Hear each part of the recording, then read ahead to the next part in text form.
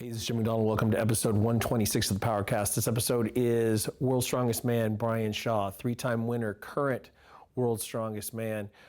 Brian told us a lot about how he got started in strongman, how he approaches training, a lot of great stuff. But the most important thing, probably the best poop story that we've had in the whole 126 episodes of the show. So you definitely want to hang in for the poop story. Our sponsors for this episode, howmuchyoubench.net. thepowermagazine.com, Compex USA at shopcompex.com. Be sure to check out the muscle stem products that they have at shopcompex.com. I think they're the best in the industry right now. Definitely the best thing that you can use at home. Rogue Fitness at thepowercast.com/rogue. Obviously, we have a whole crap ton of Rogue Fitness equipment in the gym, and we've got more coming according to what I've been told. So check out Rogue Fitness. And 8Man Strong at 8manstrong.com. 8Man Apparel, check it out. If you're a power lifter, if you're a strength athlete, if you have the 8-man mindset, check out 8Man Strong at 8manstrong.com. Likes, shares, all those things that we like from YouTube. Enjoy this episode.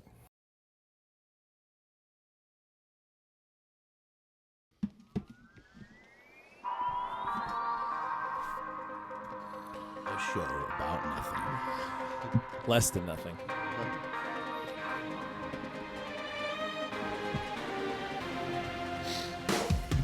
Recorded live at Super Training Gym in West Sacramento, California, this is Mark Bell's PowerCast. Alongside Silent Mike and Jim McD, here's your host, Mark Bell. Mark, you're telling me you actually used a blade on your bunghole. Yeah, a couple times. It gets a little scratchy down there, though. Yeah. There's so much hair down there. I don't know what's going on. Why is that? I know, like, human hair is made to, like, protect things, right? You have eyebrows because our eyes are sensitive, you know, like from sand and shit. Your armpit doesn't really make sense to me. Yeah. It's not that sensitive there. Yeah, your bunghole, it's important, Yeah. but I don't know how sensitive it is. The hairs on my asshole are way longer than even my armpit hair. They're all raspy. They're like the pube of all pubes. Yeah, I don't understand why. It just Just grows bristly. and grows. Yeah. They're bristly.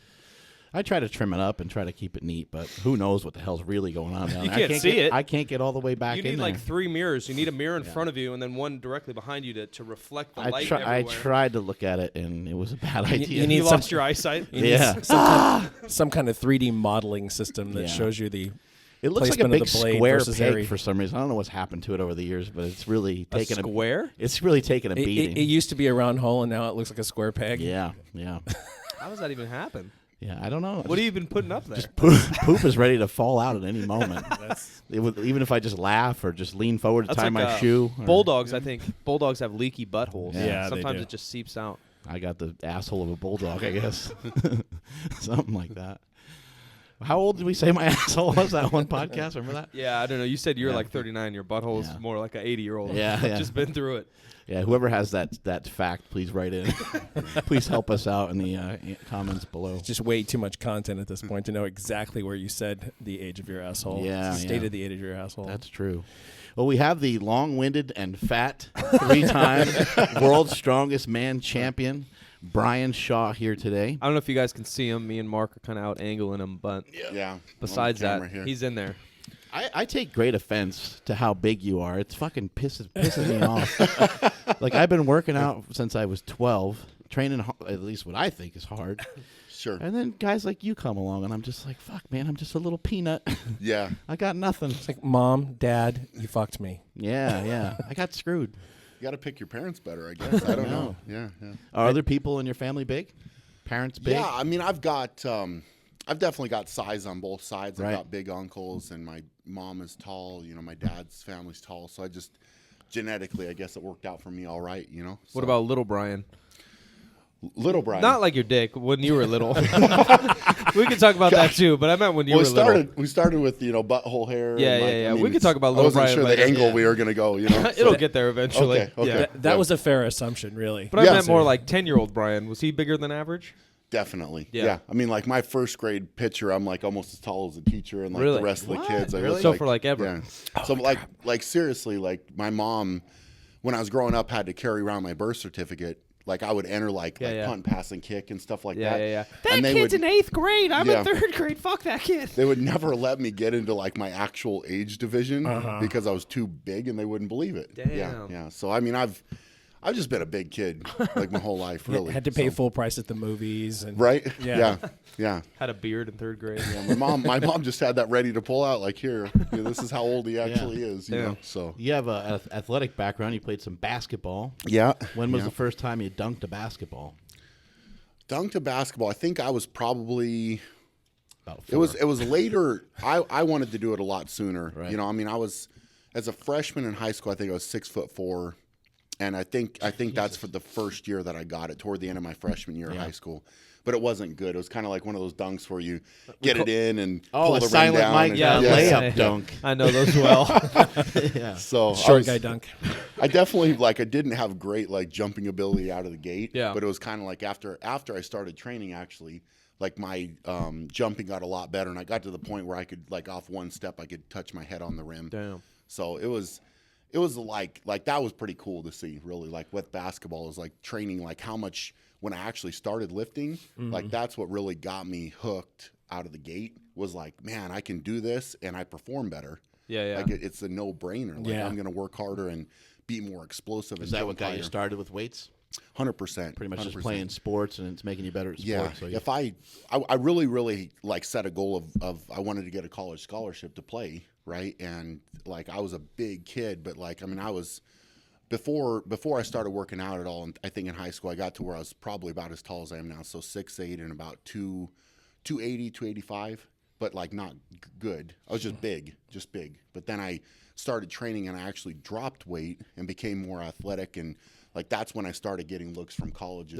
Yeah. After I could run faster and jump higher, Right. and I was just a better player. I was more athletic. when did you discover the superpower that you have of just being incredibly strong? Was there ever a moment where you did something, you lifted something or picked up something that you maybe shouldn't have at the time, or something that blew some people away, or even just surprised yourself? Yeah, we kind of talked about this a little bit, just you and I together, but it's like In kind the of hot tub. in the hot tub. Yeah, I thought we weren't bringing that up. well, yeah. Whoops.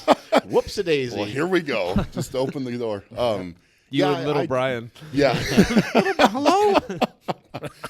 Yeah. It's kind of funny, looking back, it's all hindsight's always kind of 20/20, but it's become a lot more clear to me that I was very gifted with strength, from the start. And I didn't really realize it when I was younger. So I would just go do stuff I started working on my uncle's farm when I was 12 years old, and, bales of hay are, probably 50, 60 pounds. And I could pick up sometimes 2 of those at once and throw them around. And I just assumed. Have you ever moved hay, Smelly? Yeah. Yeah. It's The fucking worst. heavy and awkward. Yeah, It's yeah. awkward. It gets away from your body a little bit, especially if you try to pick up 2 of them. Yeah, you Yeah. try to grab by the strings, and the strings Yeah. fucking snap and They rip your rip hands into apart. your fingers. The Yeah, it worst. hurts. So it's just kind of one of those things. I had to do that growing up, right? I had to work hard, and I worked with my brother, and so it's just kind of like it was more, just kind of odd strength, if you will. Right. If there was something like the first time I tried to flip a tire or pick up a stone, I was just naturally good at that. Yeah. So it was something odd. If it was heavy and awkward, I could pick it up and move it. When I got in a weight room, it was different. I'd actually learn how to move the bar. It's a little different when you're long, yeah? Yeah, It's not like you're yeah. What do short. you think of J.J. Watt's tire flipping skills? Did you see him I popping those did. tires? I did see that. Yeah. That was yeah. pretty damn impressive, don't It you was, think? it was very impressive. Yeah, For I a mean, guy he's a who's very good athlete. Yeah. Top to bottom, and most of those guys are. I Right. think he's kind of more of a freak than some of the other guys. Yeah. but, Box jumping super high and it's flipping nuts. tires. I just and thought it shit. was funny. Anyone that posts anything, they're always going to get negativity on fucking Yeah, yeah. YouTube. Even J.J. Watt and strongman guys too were there's no way that weighed that much or what. Sure. I'm sure it's in the neighborhood. Maybe Yeah. it's not the exact weight or whatever, but One big thing with strongman is the guys. There's a lot of time there are a lot of assumptions about what a tire weighs. right. And as you probably will see with a lot of the videos that we'll put out here and stuff, I'm a little bit more anal with what does this actually Yeah, you're weigh. measuring and weighing.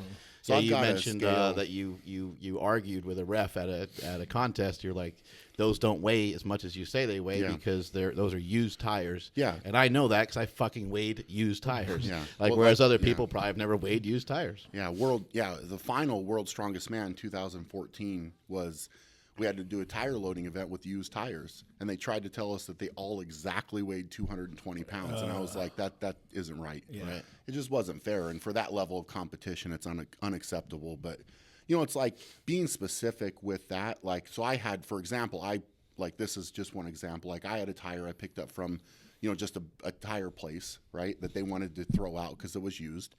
And I was told, like, oh, it's probably about 1,000 pounds. Like, that's what I was told. My tire was 1,000 pounds. And I was like, for the longest time, I went with that. And, like, finally, after I started buying more and more stuff, I bought a scale that could actually weigh it. And Could weigh yourself on there, too. It came in a little bit under 900. But I walked around and told people it's 1,000 pounds. And you see these, like, amateur contests where these guys like, oh, I'm flipping a 1,200-pound tire. I've actually encountered a couple 1,200-pound, like, for sure 1,200-pound tires, and they're monsters. They are no joke, like no joke. So it's not like if you ever see an amateur contest where these guys are flipping a 1,200-pound tire, not.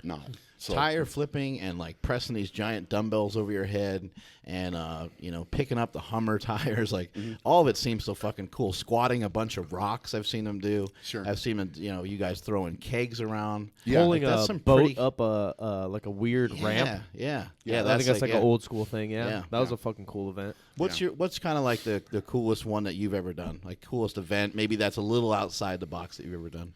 Yeah, I mean that's a really good question because there's so many events that are like visually awesome. Right. I think that like pulling an airplane, for example, the first time I did that was like you walk up to this thing and it's so massive, like you're just in front of it and you're like, okay, well, I hope I can move the damn thing, you know? Like you just get this harness on. I'm not a complete failure. Yeah, it's a great photo op. You get fired up for something like that, like a deadlift, or do you just like kind of go a little more zen into it? Well, I mean, if you would have stayed around yesterday to watch, I know your deadlift. I mean your airplane though. Brian's very sad. I chose Luke Skywalker over him. Apparently, Star Wars is cooler than Brian Shaw deadlifting. Unbelievable, but Kids these days. I have to get in his zone. Yeah. I definitely do. Like it's just one of those things where, like I've kind of learned that ramp up process. Is it harder to get like as fired up for something like overhead because the fucking thing could possibly fall on your head? Yeah, that's kind of what I meant. With like an airplane, it's a little more of an endurance thing you don't want to like, maybe just sprint right off the bat. Yeah, you get fired up and then just put out. Certain events, it's different. Like I kind of go through the kind of same mental preparation for those events, but when something's a little bit more technical, like for example, a really good example of this is keg toss, right? Or if you were going to do weight for height, like something like that, you don't want to be too tight and too like locked down. You actually want to stay looser and a little bit lighter on your feet and like be longer with your movements. Right. So that's like something. Keg toss is a tough one to compete in because like when we do keg toss in World's Strongest Man, like you have to walk out there, you have to wait. You do the camera angle, like coming in, whatever they do, your intro. Then you have to wait for them to be good. Then you go, right? So, like I've done it in the finals of World's Strongest Man, and you're so like you got so much adrenaline going, but you have to like almost do like some breathing, slow yourself to stay down. calm. Yeah, because if you get too tight, that's when you mess up. Like that one of those events. So the more technical events, it's a little bit different mentally than like a max deadlift, let's go. Like you That's get something like I don't really ramped think way about up. much, but this stuff is for TV. It is entertainment. Sure. Are you asked to do some weird stuff that maybe you're uncomfortable with? You ever have to like act or do some weird things? Where are you getting? What are you getting? Yeah. I mean, World's Strongest Porn. Yeah. This is a good question. I mean, like takes there's you out of your definitely comfort zone a little bit. Yeah, there's definitely like some they do some shots. Like with, they interview you a lot. Yeah, and they I mean you got to be good with the interviews. You got to be good with handling all of that. And a lot of guys aren't very comfortable when you put a camera on them. They just kind of freeze up and they can't really talk. And it's one of those things like I've definitely become more comfortable with it over the years because you have to deal with it. It's part of the show and part of the game. But it's just something where. Like for me, it was never necessarily out of my comfort zone to do it. It was just something I had to kind of adapt to. Right. But some guys are just like, do not want a camera on them. They don't want to, they don't, and they typically don't, like you're not going to have a good storyline unless somebody can talk a little bit. Right. And, like be a real person. So they're probably not going to ask you again if you choked or didn't, or just weren't into it. Exactly. It's part of the game. Yeah, you have to be willing to like get on camera and do some stuff. And I mean, there's with World's Strongest Man, that's definitely part of it, like because it's on TV, and so you have to, it's kind of cool because it's not really acting, right? Like when you get psyched up, and most of the stuff they show is real. Like the guys are really, and they'll follow you. The thing that's toughest is if you screw something up, they follow you with a camera too. And the last thing you want is a camera in your face when you just screwed something up and you have all this pressure on you. But they want to get your reaction. They want to see how you react to that. And like, it's interesting for the viewers because it's like, okay, well, yeah, it's fun to watch somebody when they do good, but it's kind of like that thrill of victory or defeat, like it's just kind of like that perspective, right? How long is the actual competition? How many days for World's Strongest Man? So we have like actual competition days are 4 days in the qualifiers, and then we have 2 days of finals. But in total, so that's 6 days of competing for that. And then we would be there probably 3 days before the qualifiers start, get a 2-day break, and then fly home. So I would say it's about 10 days, 10 to 12 days, depending on like if I have to travel to another country, you might come in a day earlier. Or something like that, just because of the time change and trying to get ready to acclimated a little bit. That changes every year too, yeah? They do it in a different place around the world? Yeah, I never really know. Really? I mean, you don't find out until like the last minute, kind of. So you don't know where this next year is? So is there a rumor? I guess I can say the rumors I've heard are either Texas or possibly back in Malaysia again, which is where it was this year. So. To be fair, it's fun to travel to all these different places in the world and see these other countries. It's kind of fun. But like when I'm actually competing, like I would rather be in the United States or a country where I can really trust the food and water and like because that's a whole angle. That's like gonna be a big factor, yeah. You know what the hotel is going to look like, kind of in Texas and stuff. Oh, and you could go out to a restaurant. I can get whatever I need. I can go to a supermarket. Like I can get all that. And it's easy and accessible. And you don't really get to see those countries very much either because you don't have a lot of extra time to put into sightseeing and stuff. Yeah, I've tried like as I've gone like later in my career here, like I've tried sometimes to like take an extra couple days after the contest and just plan to stay there. Yeah, afterwards. To see stuff and sightsee and that kind of thing. But I like definitely earlier on when I was first traveling, it was very much fly in, let's get to work on the contest and go home, right? And like unless the organizers of the contest somehow like had something set up for us to go like check something out or go on a tour or whatever, like then I really wouldn't, I didn't really get to see as much stuff. Right. Do you have to fly first class? I mean, how do you fit in some of these situations? That's a good question. Airplanes are not made for what are your giants? Stats? What are your stats? Just for people that don't know. Height and weight. I'm 6'8" and probably about 4'10" right now, somewhere. All these range. guys lie about their body weight. By the way, he's like 430. Oh, jeez. 435. He's really pushing the envelope. I think the internet somewhere says like 460 or 470. Yeah. So that's damn. Yeah. No, that's. I don't know. I mean, I guess whatever. What was you Mark can Henry? believe what you want. Yeah. What was Mark Henry? Like actual weight, you think? He's about 450. I think, probably in that actual weight. Much shorter. Probably. I mean, I think he's told me like somewhere around 420, and then like I think at times he had lost weight or gained weight. Yeah. But he's a big dude, man. And he's like 6'2" or 6'3", though. He's not quite as tall. Yeah, he's thick and wide. Yeah, thick and wide for sure. One of the guys in the gym yesterday was watching as you were warming up, and he's like, "Yeah, he's huge. He must be like I don't know." 340. I'm like, nope, dude. He's definitely not 340. Yeah, 340. I would. You're in good shape. Yeah, try to be. I mean, most of the times 400 pounds doesn't look so great on people. Sure, exactly. You're wearing it well, sir. Well, that's nice. I mean, so you're not calling me a total fat ass. No. Okay, good. That's nice. Just here and there. That's a compliment from Mark. What's going on? Yeah. How are you guys received in these other countries? You and I talked about a little bit how strength sports and just American culture aren't necessarily popular as maybe they should be, and they're not necessarily as respected as maybe they should be. But some of the European athletes get loved and money and sponsors and just fame. But like going to Malaysia or going to, I think you did a competition in China a couple years ago. Am I wrong? Yep. Yeah. How are you guys received? Just looked at it freaks, or are people excited? Do they know who you are? No, it's like it's a different, like it's kind of a different world, really. Like because they don't.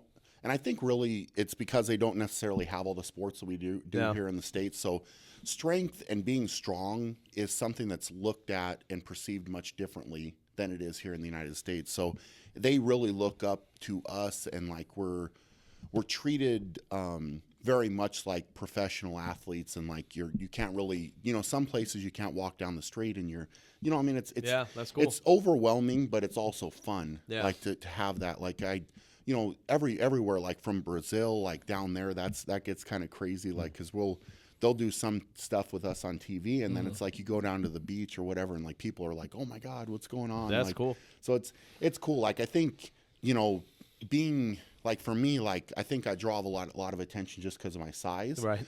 And so then they kind of figure out like, okay, well, who is this dude? He probably Like, does something. Yeah. Yeah, He's So got to be somebody. It's right? not easy for me to like blend into the crowd and like just go, like. What do people ask you a lot of times? They ask if you play football, or they ask if you're in WWE. I've got, to be fair, like it's kind of started to transition now for me where I'm starting to get recognized more. Just they already Brian know who Shaw, I the am. strongman athlete. Yeah. That's awesome. But you still get a lot of like, oh, you got to play football. You got to do something. It's more of not necessarily football, but it's like somebody will just walk up and say, they'll either say, you look familiar, like I know you do something. What do you do? Or like it's like they'll just say like, what are you doing? Like, like you have to do something with your size, and like they just want to know. Probably used to it at this point in your life. Probably been happening your whole life, but it's got to be a little awkward sometimes, right? Because like, you probably sometimes even just forget, like, why are these motherfuckers staring at me? Yeah, it's kind of funny because like my wife, for example, like she'll just kind of see people staring at me or whatever. We'll be walking around, and it's not really something like. I think they want to fight you. I think that's what it is. They want a shot at the title. Yeah. But like you said, I honestly, like I stopped caring. I think when I was younger and I was like kind of getting into it and whatever, like I would really care. Like, oh, is this person staring at me? It's got to be a little awkward when you're like a teenager. Yeah. People are gawking at you. You're kind of like, I don't understand why they're looking at me, but they're probably just looking at you because you're so damn tall. Yeah. It was not really. It's never. I mean, of course, sometimes people are kind of like, maybe not being that quite very nice or whatever, right. but like it's just kind of something where I don't really care. It's like if somebody's gonna, like you said, you're gonna get bad comments. J.J. Watt's gonna get bad comments on his tire flip, and he's like one of the best athletes in the world. I mean, it's just people are gonna say and have an opinion about everything, but like I don't ever take it to heart. I think like something like that I had when I first got into strongman. I had this newspaper that came and did this article on me, and I was really excited about it because I had just turned pro in strongman. I was like, man, I'm doing like, let's see what all the comments are going to be like on this newspaper article, and somebody wrote under it like, oh, this dude's a joke. Like if he was going to do anything, and I was 24 at the time, and they were like, if he was going to do anything in strongman, he would have already done it. Like he's like, just like went on this whole rant, and like at that point I kind of had to step back and say, okay. Like, not everybody's going to say something positive, right? And so I just kind of said, all right, bro, well, I guess we'll see in a couple years. Like, was that person Terry Hollins? That would have been funny. That would have been funny. Terry would razz me, definitely. But, yeah, it's one of those things where, like, that was kind of a good thing, too, for me, because it's, like the first time that I really got some negative, really negative things said. And it was like, all right, cool, man. Like, it's just kind of like, if anybody really says something bad, like I don't pay attention a lot, but at the same time, like if they really talk about it, if anything, it'll kind of like be fuel to my fire, right? And like, okay, you can say what you want, and you can talk up anybody you want, and we'll see what happens. Some of that just doesn't even make sense. Yeah, what's the peak of a strongman? 30s, early 30s, mid 30s? It's not 22. No, it's I not think like is probably 38 or something. Yeah, it's right? not like basketball and football where your peak's 24. No, it's different. You got to have training years. Yeah. I would say, and this is different. I've talked to a lot of the guys that have competed for a lot of years because that's where you learn. Yeah. And I've really, like from the beginning of my career, I've tried to always talk to the older guys because they're the most experienced. They're going to know the most. They're going to know the most tricks. And the best question to ask them is, what would you have done different? Right? Like in your career, like if you're 40 years old and like how would you have trained different or what approach would you have taken differently? like to go on your path. You have longevity. Yeah. Yeah, and these guys like one of the things is it's you definitely have to take things slow. It's definitely a marathon. It's not a sprint, right? Yeah. So like I've just always tried to get a little bit better, and then it's led me to where I am now. But it was never like I just never had a path where like I was so going up so quickly that like my body couldn't catch up or whatever. Like I tried to get just a little bit better, and I was never trying to make those jumps or whatever. But like as far as to answer your question about like what's the peak, I would say most guys that I've talked to have said that they feel like they're their strongest mid to late 30s or even around 40. Yeah. Do you feel you're hitting your peak right now? I feel like I'm getting into it. Yeah. Which is pretty cool. Like, yeah, now feels that, good. Like that I've had so much success to this point, and like I'll say it for you since you're already a legend. Oh jeez. Well, we could talk about that in a few years after I'm done, man. Yeah. But it's just kind of like one of those things where like I feel like I can still get a lot better, and like I'm very, very hungry and motivated still, and like I have a lot of drive. You've been eating the entire fucking time you're here. Well, not as much as I wanted to. Mark put you on a diet. Yeah. But yeah, man. I mean, it's like if I can keep getting a little bit better. I mean, you look at a guy like Zadrunas, for example, because he's a good example of that, getting better, and in his like mid 30s, for example, which was probably somewhere. I mean, like even maybe at not quite at that point, but like he was like maybe at 33, 34, 35, 36.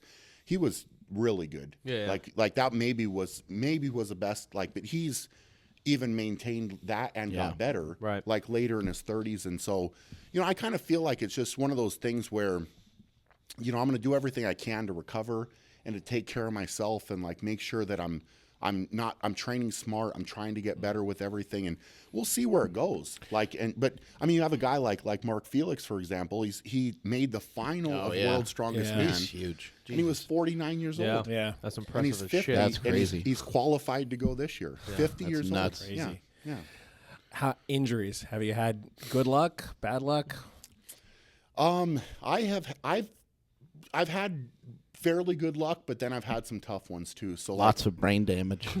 well, Not counting. How about the that. backside? Yeah. All those calories. those are kind of given stuff. Part of the territory. Yeah, I think probably there's a couple. There's a couple for me. 2012, I detached my left bicep.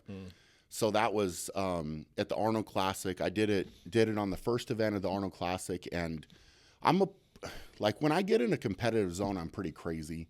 And I don't one thing that my dad taught me growing up was never to quit. I never ever quit anything, and I haven't quit anything. And so when I tore my bicep on the first event, my only thought was most guys tear their bicep and they're like, okay, I'm done. I'm out. I'm not even going to consider trying to do something else. And my thing was I came off, that was actually on an Axel Continental Clean event, which was a very, very silly event to do. And it actually I tore my bicep on that, and Benedict Magnuson tore his bicep training for the Arnold. So it was not a good event, but I just came back and put another sleeve on and said, let's go do it. And I went and saw a doctor that night, and he's like, yeah, you detach your bicep, it's gone. And my first question, the first thing out of my mouth was, well, can I compete or what? I mean, what are you telling me here? You know what I'm saying? And he looked at me like what the hell? And he said, he looked at me, and I remember he said, well, here's the deal. It's already torn, and if you can deal with it mentally, then you can go and do it, because you're probably not going to do that much more damage. There's a chance, but he's like, it just depends on if you can handle it. And I was like, well, I can handle it, And I finished that Arnold, and I actually finished 4th at that Arnold, and That's ridiculous. I'm actually, that's probably one of the finishes that I might be the most proud of, because you have the guys like Bill Kazmaier that have torn muscles and won contests and done different things that have been insane, and there's not a lot of guys that would go compete with a torn bicep. So that was probably one of my worst injuries. And then to be fair, the worst injury I ever had to deal with was not from strongman, not from competing. It was from sleeping wrong. And I had a pinched nerve. I got a pinched nerve in my ulnar nerve that goes through my elbow. Yeah. it was pinched to the point that Mike likes to sleep with his ass up in the air. oh Yeah. that's nice. That helped my older Face down, nerve. ass up. yeah face down. He's always ready. Yeah. yeah It's different kind of sleep injuries. You might need to consider changing that. Oh, it's not good. Mark always liked it. Yeah, I can see why. Yeah, after being in the hot tub with him.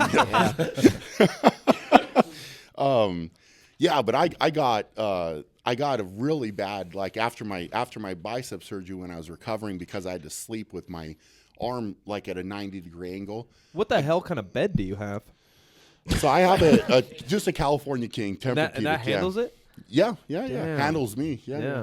I know Shaq has like a round bed that's 30 foot by 30 foot. Oh my God. What? Yeah. That's MTV ridiculous. Cribs. Yeah, that's amazing. I'd expect you to have something like that. Maybe a lot of square maybe you footage. can- maybe I'll you can connect get you with one. Shaq. I'll Okay, connect you with cool. Shaq. Yeah, Does a hook that 30-foot up. round bed come with a harem?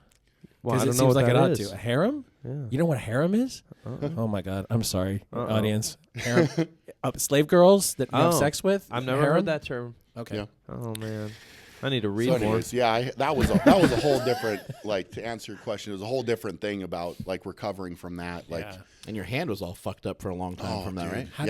How did you calm that down? so going into World's Strongest Man, I didn't know what was going on, right? Like, because it was kind of one of those things where, like, if you slept on your arm and you woke up and your fingers were numb, you'd be like, oh, I just slept on it wrong, like whatever. And I kept saying that to myself, and then it just kept taking longer and longer to wake up and get feeling back. And then going into World's Strongest Man in 2012, my hand stopped working. Like, I couldn't physically, like, tell my fingers to move. Oh damn. To grab things and hold on. And then, like, it literally, like, kind of just got to a point and hit a wall and, like, was, all right, it was like, I'm done. But, like, nerves are so important. Like, until you actually have a nerve problem, like, you don't realize how important nerves are. Right. So I stopped getting a signal, and it was a big problem, man. Like, World's Strongest Man in 2012 in the finals, like through the contest, I was trying to play it off to the guys, like, oh, I'm not really trying that hard.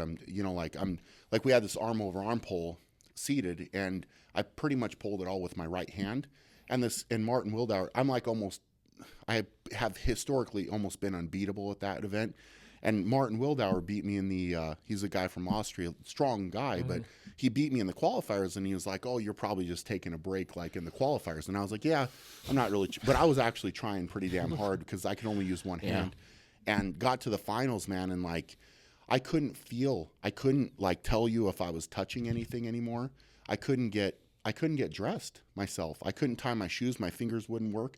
So I would just get dressed in my room, put all my gear on because I couldn't put it on by myself, and I would go down to the contest so the guys wouldn't see me that I couldn't get dressed and couldn't tie my shoes because I didn't want them to know how bad it was. Right. And I competed, but, like, I couldn't tell you if I was touching anything anymore. So I was really scared. It scared me pretty bad. Yeah, it is really scary. And I got fourth. I got fourth at World's Strongest Man in 2012. I was very frustrated, probably the most frustrated I've ever been, because, like, when you can't translate all the hard work that you've done because this isn't working. You feel like the strength's there, but for whatever reason it's not working. So that was a tough. Did you have to have a surgery to fix that, or what did you have to do? I mean, not to go into too much detail, I had a bunch of MRIs done trying to figure out what was going on. I had some experimental stuff done to my arm to try to make it, like, work without having surgery. And in hindsight, I should have gone for surgery sooner. I got to the surgeon after he saw me, and this was like the Stedman Clinic in Vail, and, like, they're the top guys, some of the top guys in the world. He looked at me and he's like, this is one of the worst things I've ever seen, because my hand was so atrophied, like, the muscles, the intrinsic hand muscles were gone. Like, they were just, it was so weak. I got to the point, like, and this is no joke, like, I couldn't take a fingernail clippers, and I didn't have enough strength in my hand to clip my fingernail on, and I'm supposed to be one of the strongest men in the world. Yeah. So I ended up having to go in for surgery. But the bigger point, and we had a big conversation about this, is, and this is one thing, like, I'm not sponsored by any kind of CPAP company or, like, any kind of breathing machine, but if you're a lifter and you're bigger at all, or you snore, or you have any kind of problem Am I like big? that, big enough. Oh, Well, hey, absolutely. hey. Yeah. Your significant other will be able to tell you whether you Yes. are fucking snoring like a Or, motherfucker. yeah, if you're sleeping on your stomach That's another big problem. Because typically bigger guys like me, from when I was a baby, I slept on my stomach, and which is why I didn't really realize I had a big problem. But I was actually worse than the guys that sleep on their back and snore because I couldn't even breathe on my back, right? So like I got to a point like I had to go correct that because that was the cause of everything in my like all the problems. So like if you're and it was one of those things where I talked to all my buddies and there was always this stigma like, oh crap, I have to go do this sleep test, like it's gonna suck. My wife or girlfriend's making me do this, like I don't want to go. But I'll tell you what, getting that CPAP machine and sleeping on my back correctly, my recovery's been better, my performance has been better. Like I feel like I'm recovering from training better. Like it's incredible to get a good night's sleep when you haven't had one for years. Like and seriously, like being able to just get some quality sleep. If you're even on the fence at all, or just go do it. Yeah, just absolutely. take the initiative and do it because that's so hard on your internal organs too. If you're not breathing, like and you're There's never all getting kinds the of REM things sleep, that like, not sleeping properly can cause. Even like sensitivity to carbohydrates and all kinds of. I mean, it could it's huge. Be a factor in gaining weight and all kinds of other things. Yeah, I was right there with you. I don't know. Did you like fall asleep standing up? Because I could totally do that. Yeah, it was bad. It was really bad. Yeah. Yeah, I had a lot of problems, man, and it was just one of those things where you're like you don't really realize how bad it is until you go. And so like anybody I talk to, it's like I'm just a big proponent of it because we work. Here's the thing: it's like all of us, every lifter out there, anybody that's trained, you work so hard, right? Like you're training so hard, you're doing everything you can to recover. You're getting all the right gear, you're getting like everything to wear. You know what I'm saying? Like it's just one of those things where, and then you buy all these different supplements to recover, and it's just kind of like the whole bigger picture. But the cornerstone of that is sleeping. Right. Yeah, sleep and food. Yeah. Right. Yeah. I mean, if you're not eating enough or you're not sleeping good, you're done. You know. Yeah. So. Yeah, you need the sleep, the food, and the training. I mean, those are the three main things that have to kind of stay intact, right? Exactly. I know some guys have trouble, and women too, trouble with the mask during the night, like just keeping it on. But sort of the way I programmed myself was to think about it like my bed's really comfortable. So it's like I'm thinking about floating in space. Like if you were in space, you would need oxygen, right? Sure. So you need to wear a mask. And so I don't, it doesn't just come off during the night. I have the one like, and I initially they gave me, I probably had to get 6 or 8 different masks, like because I kept not liking what they were giving me, and that made it even harder. But the type of mask you want to get it's just called a nasal pillow, is what it is, and it just fits on your nose, so your mouth isn't covered. You don't feel like you're being like claustrophobic, like at Darth all, Vader. Or something. No, yeah. Mark I showed Mark the mask this morning because he was like, you look like Bane. Yeah, it was awesome. I think it looks awesome, but it's like it's one of those things, man. It's just kind of like if you're on the whatever. Like I had to go through. I could have saved literally probably a year or more and a surgery and recovery and like all this stuff. But yeah, man, it's that's so those are the injuries. I've been really lucky. That's the one I use right there. Well, you put a lot into your training, Really and small. you put a lot into that's a good one. You put a lot into your training, a lot into your recovery. Yeah. And at least from what we've seen here, it seems like you're big into keeping the calories clean. Yeah. Even though you're eating how many calories a day?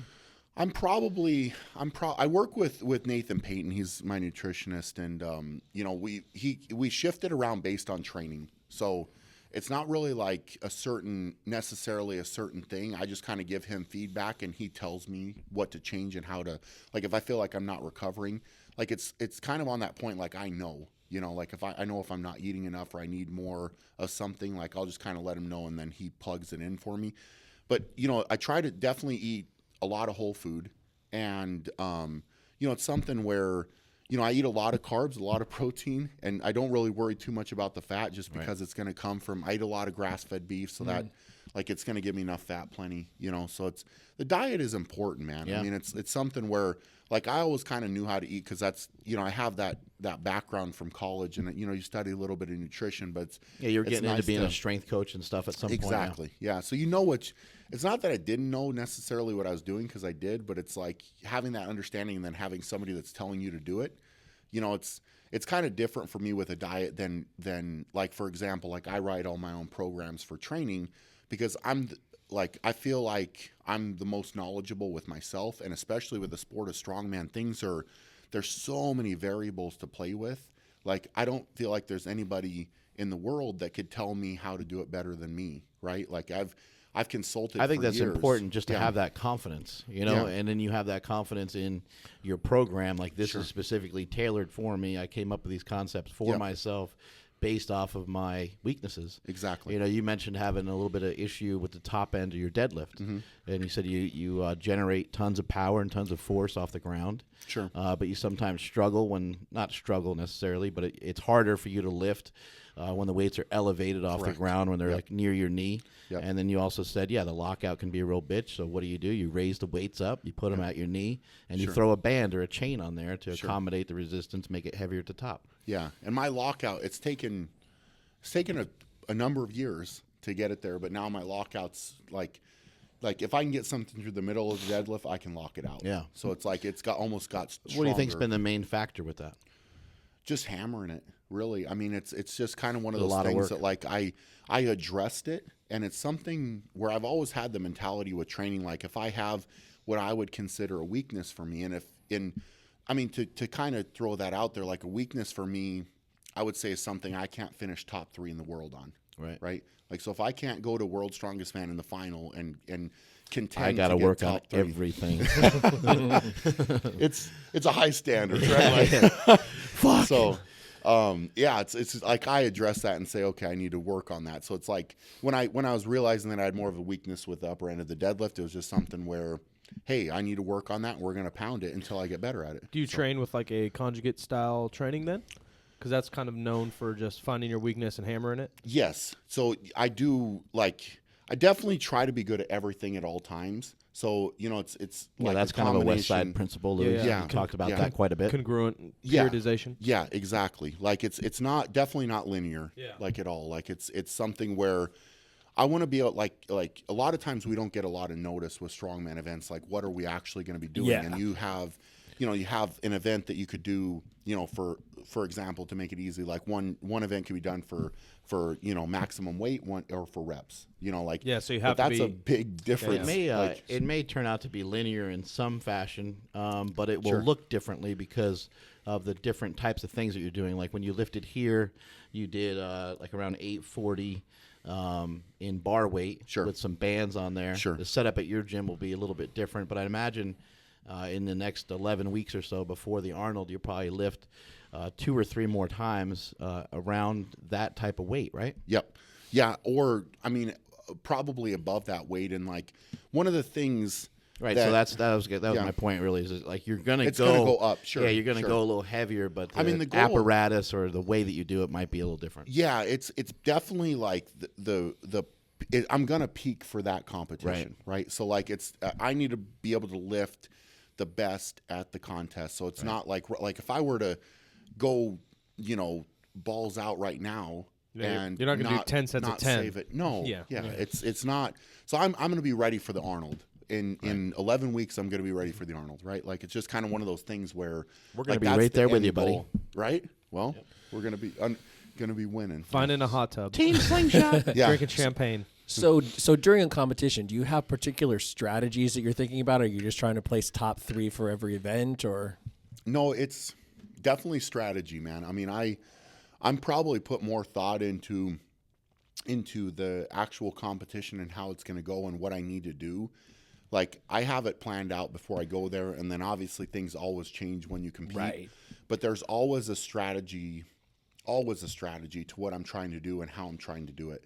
So it's not like there's a lot of guys that compete that don't really thrive on that. They just show up and say, I'm going to lift as much as I can lift, and that's it. Mm-hmm. But like for me, there's like certain like different levels of effort, if you will, that I can put into certain events. So like at World's Strongest Man, for example, when we're in the qualifiers, I very rarely now go above like maybe 80% effort. You do enough to qualify. Yeah. And that's it. I just have to get in the final, man. So like if I learned my lesson, like this is being a veteran, whatever, like it's just something where the first couple years I poured everything into the qualifiers, everything. I did. And then I got to the finals and I was like, I couldn't even hardly warm up, like it was just kind of like one of those spent things already. Exactly. Yeah. So certain contests, but like at the Arnold or, in the final World's Strongest Man, I'm not saving anything. Right. Like I'm that's at a level now that I like that's then 100%. So I'm going.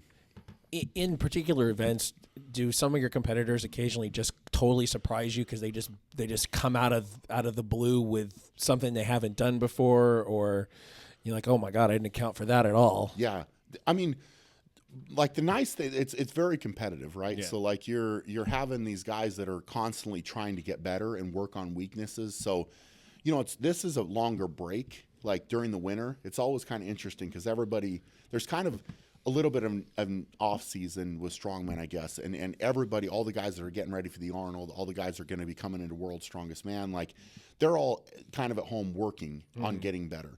So you kind of I try to account for some of that, and like a lot of guys don't really put out that many videos to give you like an inside look to what they're doing. Right. Yeah, so you kind of like. I know, for example, like some are pretty superstitious about it. Kirill Sergeyev set the all-time bench record recently, and a lot of people didn't even know he was going to compete until like the day of the competition. That's crazy. Yeah, with 738-pound raw bench press. That's insane. So I mean, I don't know that it would happen exactly like that, but I know what to expect from Zydrunas, right? Like he's my main guy that I'm competing against, and I mean it. Like does that fire you up that you have a counterpart, I guess you'd say, like I think an opponent that can sometimes beat you? Yeah, man. I think it's been very good for the sport, I think, to have that. Like, because I feel like Zydrunas and I probably have one of the top rivalries, if not the top rivalry ever in strongman. Like, I mean, it's World's Strongest Man has been between us since 2009.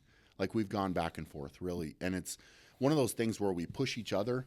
And, I mean, he drives me, man. I mean, like if I didn't have him to push me, I probably wouldn't be as good as I am. But it's kind of like that constant, it's just that constant thing because some of not to say that like the other guys aren't necessarily like coming up or that I wouldn't pay attention or like anything like that. Not to say like, oh, I'm better than they are at this or that. But Zydrunas is just kind of that guy that's been, like when I got into the sport, he was a standard. Right, like him and Mariusz Pudzianowski were the standard, and like 2009, I got on the podium with them at World's Strongest Man third, and like that's when I really decided. Okay, that's fucking awesome. It was awesome, man. Like getting on the podium with those two guys was like because I was some of a no name like at that time. Like everybody was kind of like not really talking about me going into Worlds, and so you compare yourself, like try to get like. There's eras in strongman, right? So it's hard to say like, okay, this guy's the best ever, this guy's the best ever, because it's all different and it changes. And even the evolves. events changed a lot. Yeah, it seemed like the time we're in right now seems to be pretty goddamn competitive. Oh, it really is. Yeah, everybody's deadlifting 1,000 pounds and shit. Yeah. Oh, shit's going nuts. The level of guys has gone up tremendously in the past like 5 years. I mean, how many guys in strongman can deadlift over 900 pounds? I would say it's probably got to be getting close to 10. Yeah, our buddy Omar just did that's a probably YouTube way more than video powerlifting. Saying he talked about he did a whole video on weightlifters perhaps being the best squatters in the world and strongman perhaps being the best deadlifters in the world. Yeah. It's hard to argue that. Yeah, and it's a different lift. You guys have some different rules and stuff, but they still are handling huge weights. I'm not going to deadlift 900 with straps. Right. Straps and two belts. Take the straps away, and you guys are still moving some big weights regardless. Yeah, it's like. It's an interesting topic. What did you say? You pulled 840 off an axle?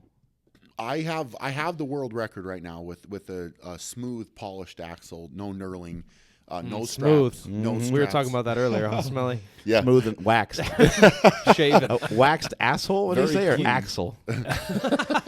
Very clean backside. That's right. That's right. Baby wipes all the way. Yes, big proponent of baby wipes. I would give a second to that. Yeah, dude wipes. If you're listening, you can sponsor us. Yeah, You heard of dude wipes? No, wipes for dudes. Yeah, that's a great idea. Great idea. I agree. I carry them in my bag when I travel. We all need help back there. Yeah, I know. God knows. Yeah, where were we? Yeah, your axle. You're at best axle pull. So I set the record on that with no straps at 848 pounds. What the fuck? For all you people that say he can't lift without straps, he hitched it. That would never count in powerlifting. Yeah, it'll be. At some point in time, I would like to do like if nothing else, a deadlift and a powerlifting meet just to prove, because I mean it's like something it's something that like all that talk is always out there, like, oh, you're strapped, you're cheating, whatever. And it's something, like what's the American record right now is what? Like 9/11? Yeah. Oh, no, it was just broken by that. Yeah, it went up recently. 920 maybe? It's like 920, yeah. Okay. So, I mean, which is still like very respectable, but at yeah. the same time, like it's not where it could be, you know? Yeah. And, like, the all it's- times 10-13 or something. And Yeah, Benedict. I think it's still 10, Benny. 15. Yeah. People say it's Eddie, but that was Yeah. kind of strongman It rules. was straps. And, yeah. So, and I don't know. I mean, What do it's you think just- you could do with a little bit of powerlifting, pure training? I would be, to be fair, I'd probably be pretty surprised if I couldn't like easily do 950. Yeah. Like I'd be pretty surprised. Yeah. Like it, because it's not really for me. It would be more not 10, necessarily 15. holding on to it. Right. It would be more about like pulling it cleanly. Yeah. And just being Yeah, able, but, not getting into like a hitch or anything. yeah, but with the way my lockout has come out, it probably it'd be fun, man. Yeah. I mean, it's not something like I respect. I don't get these people that don't really like how can you be a fan of strength, right? And then like, oh well, now I'm a power lifter, so Yeah. screw strongman, Yeah, or I'm screw a strongman. CrossFit. Yeah.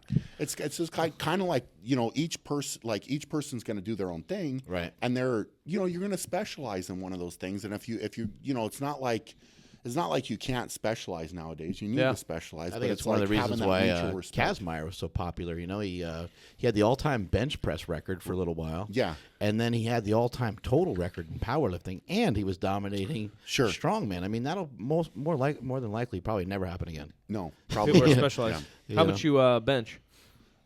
How much do I bench? How much you bench? That's a normal question. Yeah. isn't Yeah. it?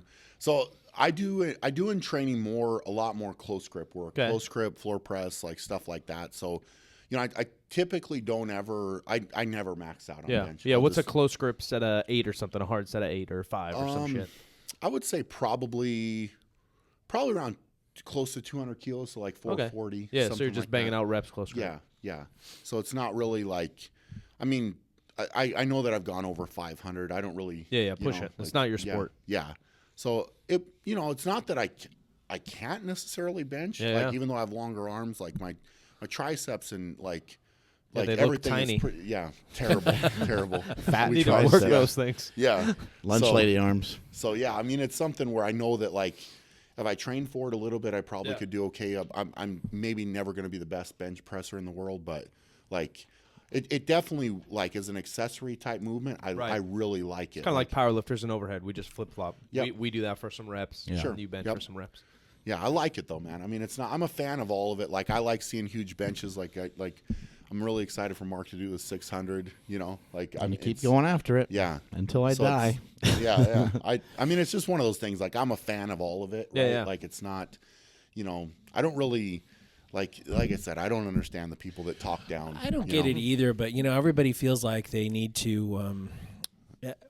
There's always a ton of self-denial kind of shit where I'm going to make it so hard on myself, blah blah blah blah, and then only these guys are doing this thing this particular way, and so I only have respect for them, and I see it in YouTube comments all the time, and I just tell the people they're stupid, because like if you're not interested in strong people, why are you involved in a strength sport? Doesn't make sense. Doesn't make Yeah, I sense mean, at all. a CrossFitter doing a 365-pound clean and jerk is fucking impressive.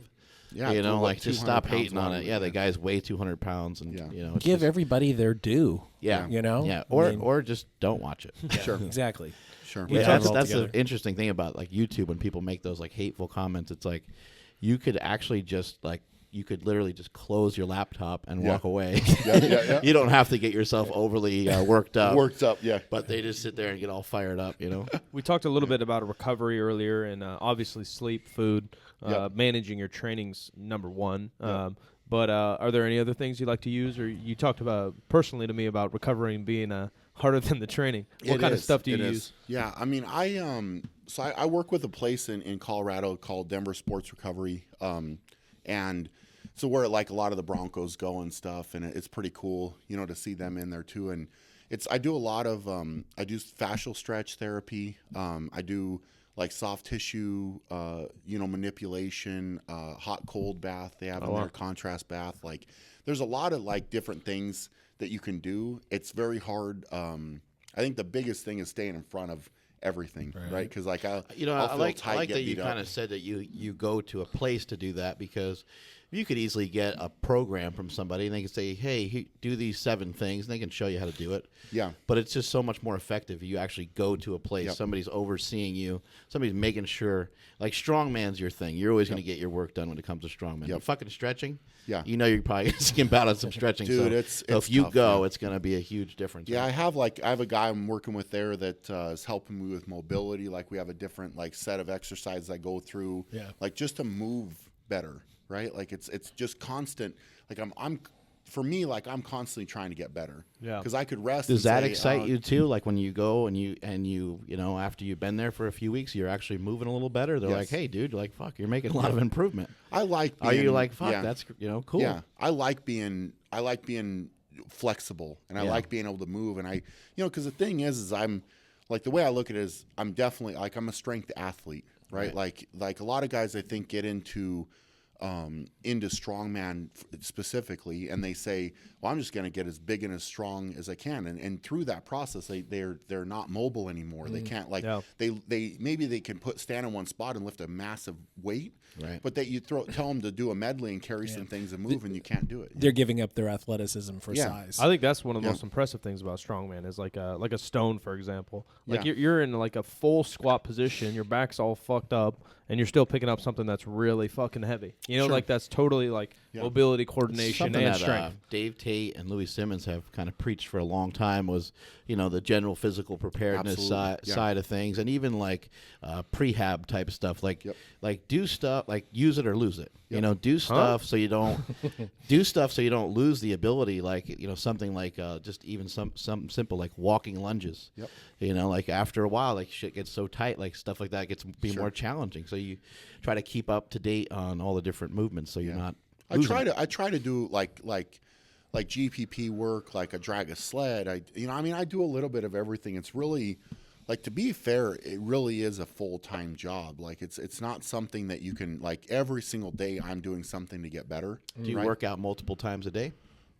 Sometimes I do. Yeah. Sometimes I do. Like I'll hit an extra workout like at times. Yeah. Or I do like a conditioning session in the morning and then lift at night or something. Like there's a lot of things that really depends on. Or you just do your stretching, in the morning and then lift at night. Exactly. That's kind of 2 sessions in a way. Yeah, and that takes. that's probably only, I'd say maybe 15 minutes or so. Like so total. We got a lot of food that you're eating all the time. Yep. And you're stretching. Yep. And you're lifting. How long does the lifting take? Lifting, I'd say around probably 2 to 3 hours. Yeah, so about 3 hours of lifting. You got to prep all the food. You got to eat all the food. Yep. When do you have time to take these massive dumps? I knew we were coming around to that soon. They schedule themselves though. That's like I get a lot of quality work done on the toilet. Yeah. I don't know. That's where you work on your Instagram. I do a lot of email and it's like it works. It works. Now no one's gonna look at your Instagram the same. They're gonna be like, I know. Yeah. Oh my God, this was posted on the toilet. Disgusting. Yeah, man. So you had a lot of guests on, right? Yeah, you had claimed a lot of poop stories. Yeah, you've claimed the best poop story before we've even heard it. Poop story time! Yay! I'm gonna say it's entertaining. Okay, it's definitely entertaining. Like so we set the stage. Let's set the stage for this poop story. Everybody, get ready. Okay. Whip out your dude wipes. Should we be sitting down? Yeah, I did not have dude wipes because I had run out. Yeah, it was a big problem. But I'm in Ukraine, okay, and like it's kind of like a general thing. Like when you go to Ukraine, you're going to get some kind of food poisoning, sick, very bad. Why is that? Okay. They eat a lot of fish or something, or veggies? Just not clean water. Oh yeah, and everything's with water. It's a bad mess, dude. Yeah. So I've got this we'll go over there for World's Strongest Team. So there's me and Derek Poundstone was there, Travis Ortmeyer at the time, and Tom McClure, which was a big dude. And we all just have the shits, bad, right? like terrible, not good. Like we're running out of toilet paper. We're trying to call the hotel, and they're like, we can't understand, and we're yelling because it's a problem. Like we need to go, right? We're shitting our brains out up here. Send someone up here. Emergency. Dude. How are we supposed to help? So we go around with this Start using contest. towels. We have to travel. We were, I think, actually, probably. Tissue. I mean, bro, you're on Yeah, the toilet. you I wasn't gonna give up my clothes or my socks or Mark just gets in the shower. Yeah. Yeah. Helps. I mean, I probably, to be fair, on that trip, I think I did like poop in the shower, but it's liquid. Yeah. It's liquid, dude. Yeah. So, Just all goes right, right down. so we travel. We have to travel to a couple locations for this contest, and we go to this like we're in Everybody's just this, farting around the Ukraine. We're in this old airport, like old, where like the signs are like where you put the letters and numbers up, like you stick them up there, and the planes have like propellers on them, right? Like I thought we weren't going to make it, really. I was on this plane. It was the hottest thing ever, and like 30 strongmen on this plane. We're all sweating. And then get in this airport, and like I am just like in trouble, right? It's big trouble time, like, and You start getting nervous. like, huh? It's Will great you when you shit have really the bad? like the sweats. Yeah, you're trembling. from shitting so much. so I'm sweating because like I'm like really Big really, trouble in Little Airport. I'm really trying to make it to the toilet, right? And I get there and there's not a toilet. It's a porcelain hole in the ground. Nice. Now, like It sounds Anderson-like. Yeah. So this is a big problem. Like I was like, okay, well, what's going to happen here? Then I look They around. have And something for you to hold on to or something? How do you get down there? No, you're supposed to just kind of like do a full squat and make it happen. But now take into consideration, we're talking like liquid, right? So this is going to be a mess. Yeah, you don't It's a know how to problem. aim it. Yeah. So I'm like, luckily I look for the toilet paper. Well, there's no toilet paper. Oh, no. So now we're freaking out even more. And I'm looking in the whole like men's restroom, and I'm like, no toilet paper, bro, because this is an old airport. Nobody else is there. Like only the strongmen were there. So I'm like, all right, I'm going to the women's restroom to get toilet paper, right? So I run in there and luckily find like some toilet paper, and I make it back, and I'm like, okay, all right, I'm gonna go in the stall here, like. I got to get undressed because this is going to splatter. And I'm you gonna got to have a take your mess. shoes off, your socks and off. I'm That's what I like- was thinking of already. I mean, we're going to have a mess, You dude. got to So be I'm- fully stripped down. It's going And to get I'm all like, over your calves and stuff. Oh, yeah, I'm the like- back of your ankles. Yeah, screwed. sprinkle all over your fucking Bro, hamstrings. I mean, it was going to be a problem. Like, we're talking big problem time. And so I'm just trying to think to myself, all right, how are we going to keep this from being like I can't, there's no shower in here. I Yeah. can't, I You go can't get sumo shit on my stance. You legs, can't know? go close stance. No, bro. Yeah, you gotta go sumo. It was, so I'm like, all right, what's going to happen? So I just see, I see a trash can, and I'm like, all right, that's it. I'm just like, it was panic time. So I'm like, I grab the trash can, take it in there. I like undress, so I'm like running around this bathroom naked, and I literally, I couldn't do it anymore, and I take the trash can, I just shit in the trash can, just blow it up, dude. You get out of there. Yeah. You're like, guys, we got to get the fuck out of here. back to the US. International Yeah. problem. So I Does anybody know how to fly a plane? So I take the toilet paper, and I'm like done. I'm just like, it's like one of those, like, you know, when you're so relieved Yeah. from letting out this, like, you know, like built up like shit that's just Yeah. waiting to come. Shitstorm. Oh, dude. So I'm like, okay, thank goodness. Like I made it. I grabbed the trash can, and I wiped it up, threw it in there, and then I just took the lid, put it back on the trash can, and just left it. It was good, You're man. never That's the allowed day to- the janitor fucking quit. Yeah. He's Oh like, my fuck God. this. Never job. allowed in the I mean, Ukraine I don't- again. Yeah, I'm out. Yeah, Yeah, they I'm have a out. poster of you there. Yeah. That's Oh my excellent. God. Oh my God. Tense. It was tense. Yeah, that's Yeah. terrible. Did you tell the other guys? Were they dying laughing too? Oh yeah, they understood it. At Yeah. the time, to be fair, it wasn't really that funny because They're like, they where's all that trash understood. can? Yeah. Yeah, Everybody's in so much They all pain. shit on top of that Yep. poop that you did. Yeah. In retrospect, it's hysterical, but at the Yeah. time, it seemed like probably the worst thing ever. It was. Yeah. Well, it was we're talking tense moments. Man. Yeah. Like I was like, you It's know, like fucking Mission Impossible. yeah, running around an airport trying to find toilet paper, and like these were quick decisions. But I feel like in hindsight, I made the right decision shitting in the I trash agree can. with you, Yeah. 100%. It would have been a It's mess. it's a mess. containment issue. Yeah. Yep. It's right in Yeah, there. the There you trash go. can probably helped, so you didn't get it all over yourself. Yeah. I mean, I walked out unscathed. You know what Yeah, I'm saying? that's amazing. Yeah, battle scars. amazing. Thank God. Oh my God. Just sort of change the subject a little bit. We had to get that out. To, that was great. You were talking about going to the same facility as the Broncos. What is it like interacting with other professional athletes? Do they recognize you? Know who you are?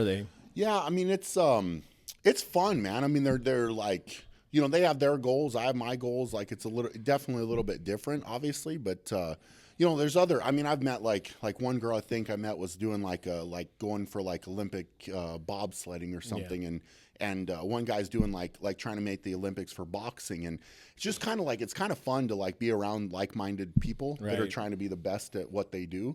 You know, so it's a great place. Like they've done a really good job with that, and it's like a recovery center that they've opened up, so people can buy a membership to go in and recover. I remember about a year ago on the podcast, I brought that up. I was like, "There's all these gyms, there's all these supplement stores that don't even work. Yeah. How is there's not more or I didn't even know there was Even this. just a fucking sleep chamber. No, I said why is there not a recovery gym attached to every normal gym in terms of even just massage, which is a little more popular now, or like cryotherapy, whether you believe in it or not. At least people are thinking. Yoga is getting really popular. Yoga. You know, I'm never going to do yoga, but it's the same idea, right? Sure. One of the feel things better. that's like a big screw up, I think, by the cryotherapy place is that it's not a recovery center. It's just the ice. It's like Yeah. they have enough That's a space. very good point. They have enough space in there to have some massage therapy and a couple of Yeah, things. I'm not. I don't understand why they don't have a Like couple I of went things to in one of those cryotherapy places, you know. You and didn't like fit? Well, I didn't fit great, but it was like,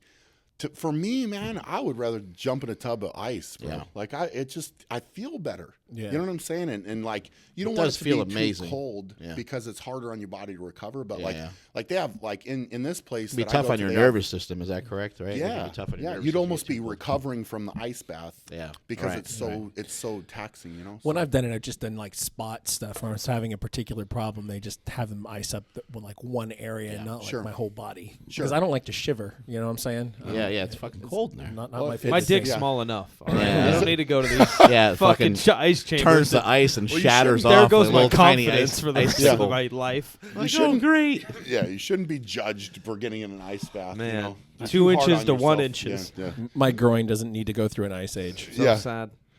Contrast baths are the. I mean, that's the business, man. I mean, if you can, like, I love that. Like, Yeah. You have if a I can particular do that- time that you do that at, or you just do it whenever you can get to it? I try to do it at least a couple times a week. Is that on off days or before training, after yeah, training? I like to do it if I can, like Friday. I like to go because that's typically an off day, and we do events on Saturday, and I just feel so much better. I sleep better. I feel better. Sunday, like recovery, you know. So it's just one of those things. Like I really think with as beat up as my body gets, it's such a good thing. Like it's such a good thing. And if you're not like that's I think, like you said, it's one of those things. Like I'm always gonna, like, lifting is almost the most fun. People think that's like the hardest part. That's not. Yeah. It's like amazing to go lift. It's awesome. It's like when I have to eat a meal when I'm not hungry, when I need to go do this recovery treatment that I'm not really that super pumped to do. But those are the little small pieces that you know separate like who's better and who's worse. You know, really. So. The thing about like a recovery place like that where somebody else is running it too, it kind of gives you the sense that somebody is taking care of you a little bit. Somebody who's like taking your performance very seriously, Absolutely. who isn't you. Yeah. You know, that's very rewarding. Yeah, it's great because there's Even if you're like, paying for it. There's a bunch of different like people that work there, and they're a team that they work together. So you got like somebody who does, like I said, like fascial stretching. You got chiropractor, and there's another woman that I'm working with that does this lock method, which is kind of a extreme form of ART, right? But it's like you're moving with tension, and it's like then I've got a guy that works on me with my like movement based stuff, and like it's such a cool concept.